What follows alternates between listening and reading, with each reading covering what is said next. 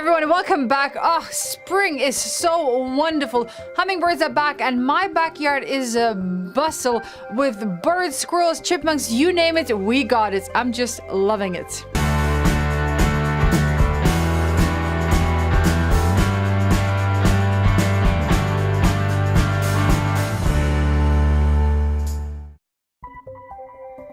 Let's talk about the importance of having brush piles on your property. I have so many that my parents tried to clean them up and we said, no, you are not touching that natural habitat. And if you look at England, where people's gardens are so small and manicured, still the RSPB is encouraging the public to find at least one little corner of their gardens where they can throw leaves and branches, because someone will always make a home there. And then let's think about nesting places. In my backyard, I have all sorts of birdhouses. I have birdhouses for purple martins. We haven't had them yet. Bluebirds, chickadees, wrens. But what about ground nesting birds? They need to have areas that are protected where they can build their nest and raise their young. And then all the bugs and insects that birds will depend on while feeding their young, they need undisturbed environments too. Here's a very important question from Mary Christensen from Minnesota. She writes, I had a lot of pine siskins in my feeders during the winter here in Minnesota.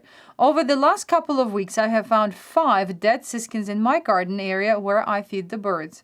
I removed all the feeders, cleaned with a bleach solution, and also removed debris below the feeders. I also thoroughly cleaned the bird bath.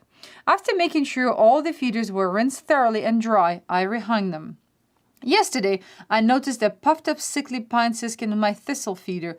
I removed the feeder and took care of disposing the dead bird. My questions are, what else can I do to stop the illness, which I presume is Salmonella? And how soon can I rehang the feeders? Hi, Mary. Sorry to hear that your bird feeding operation is experiencing some difficulties with dying birds, specifically pine siskins. Based on what you've told me in your email, though, it sounds like you've done your homework. While there are 2 other diseases that can kill feeder birds, namely aspergillosis and E. coli bacteria, it seems most likely that your birds are dying from the same disease that has affected siskin and redpoll populations in past winters across North America, salmonellosis. While I'm no avian pathologist, laboratory analysis of these past die-offs reveal that the bacteria Salmonella has been largely responsible. It's quite common among these little birds, and it's easily spread via fecal contamination of food and water. Keep in mind that even though you've done all the right things in removing the feeders and washing them with a bleach solution, as well as cleaning up the debris below the feeders, it's not necessarily your feeders that are responsible for killing the birds. Birds can carry the bacteria and show only mild symptoms, but still spread it in their feces. That means that your feeder birds likely brought in the bacteria themselves. So you have 2 choices. 1, take down your feeders for 2 or 3 weeks, or 2, leave them up to give the birds access to fresh nutritional seed and allow you to continue to enjoy the birds.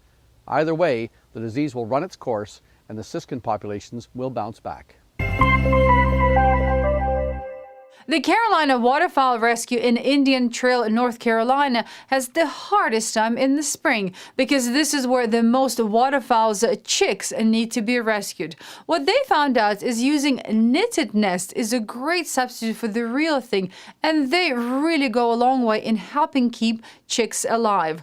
Last month, the Waterfowl Rescue put out a call on their Facebook page asking people to donate a knitted nest. The response was overwhelming. They even got nests shipped to them from Japan. They got so many nests that they had to find a new spot to keep them, but it doesn't mean that they have too many. Every spring they rescue over 3,000 chicks, and they definitely need volunteers. So if you live in the area, please do get in touch with them on their Facebook page. Or if you live elsewhere and you like to knit, get in touch with your local bird rehabilitation center. They might need knitted nests too. I absolutely loved traveling along Croatia's coastline, such a beautiful country with so much heritage.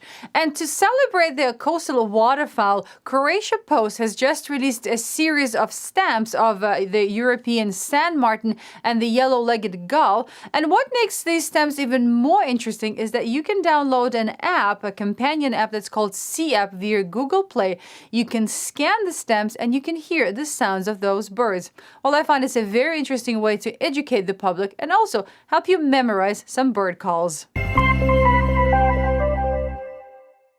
Providence, Rhode Island is another spectacular city that I absolutely love. And if you haven't been, I'm going to give you another reason to visit it.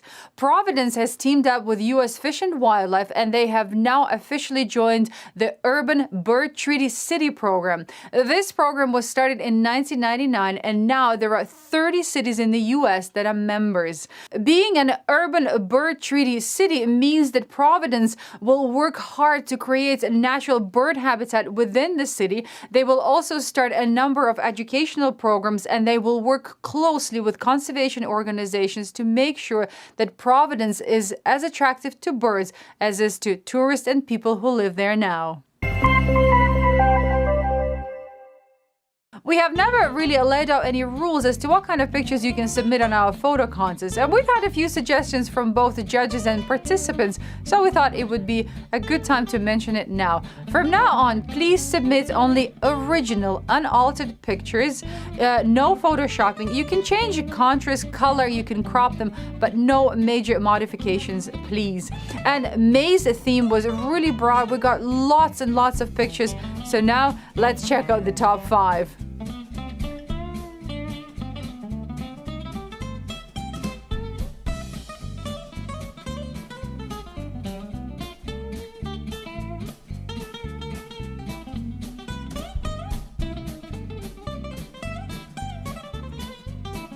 And here's the 3rd place.